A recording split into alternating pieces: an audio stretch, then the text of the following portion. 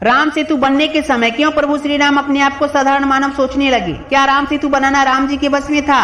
राम सेतु सागर के इतना बड़ा ओर छोर तक बनाना कैसे संभव हुआ? राम सेतु बनने में सिर्फ पत्थर का इस्तेमाल हुआ या फिर कोई अन्य वस्तु का भी इस्तेमाल हुआ? क्या राम सेतु बनाने में बानर ही सहायता किया था या फिर अन्य जीव भी सहायता किया था? आइए पूरी विस्तार से पूरी जानकारी लेते हैं। भारतवर्ष के नारी को देवी का संज्ञा दिया गया है। इतिहास गवाह है, भारत के नारी पर जिसने भी कुदृष्टि डाला है उसका सर्वनाश निश्चित हुआ है। यहाँ के नारी का अपमान का बदला मानव तो क्या, बानर तक भी अपने प्राणों की बाजी लगाकर लेने में पीछे नहीं हटते। इसका जीता जागता उदाहरण है रामायण।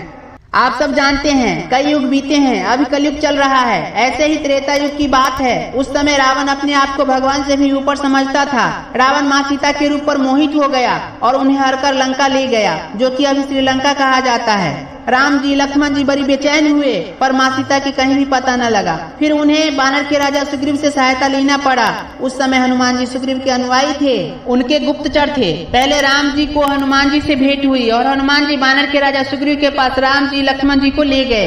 राम जी अपनी विपत्ति बताए और बताए रावण उनके पत्नी सीता को हरकर ले गया है। अब बात आई कौन माँ सीता का पता लगाएगा कि रावण माँ सीता को कहाँ रखे हुआ है, उनके साथ वह कैसा व्यवहार किया, आखिर वो जीवित भी है या नहीं। तो हनुमान जी सागर के उस पार अपने शक्ति का इस्तेमाल करके जाते हैं और पता लगाते हैं। वह माँ सीता को कुशल देखे और माँ सीता को कहे आपको यहाँ से प्रभु श्री राम जल्दी ही लेने आएंगे। वहाँ से वापस आए और सारी घटना राम जी को हनुमान जी बताए।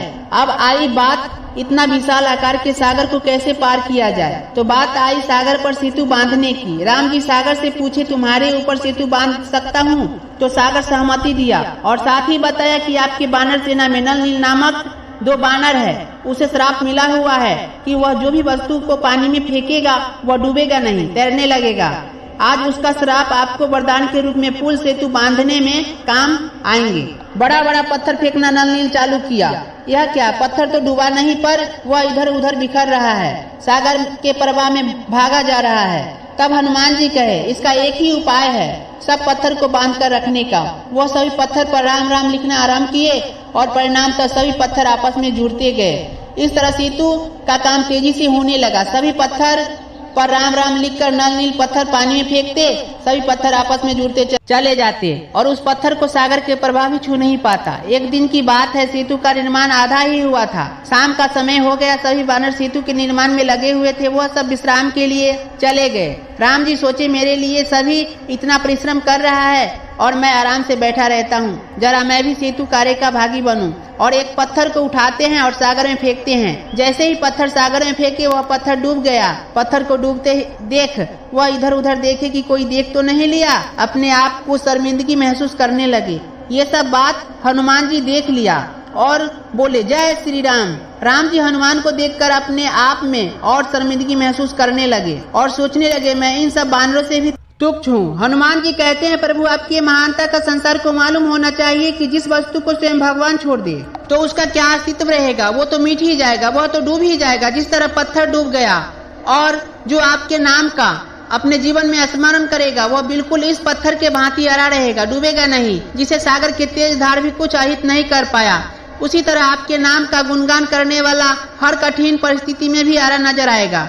सभी बानरों और कई जीव जंतु ने भी सेतु बनने में सहायता किया, जिसमें गिलहरी भी शामिल था। जब हनुमान जी गिलहरी को देखे तो हनुमान जी पूछे ए नन्ही सी प्राणी तुम क्या कर रहे हो? तो गिलहरी ने कहा मैं प्रभु श्री राम के सेतु कार्य में सहयोग दे रहा हूँ। हनुमान जी पूछे वह कैसे? गिलहरी ने कहा पत्थर में जो छेद रह जाती है मैं उसे रेत से भरता हूँ। इस तरह राम सेतु बनना सफल हुआ। अंत में कहना है कि मैं नया यूट्यूबर हूँ तो हमारे चैनल को सब्सक्राइब कर ले और लाइक कर दे।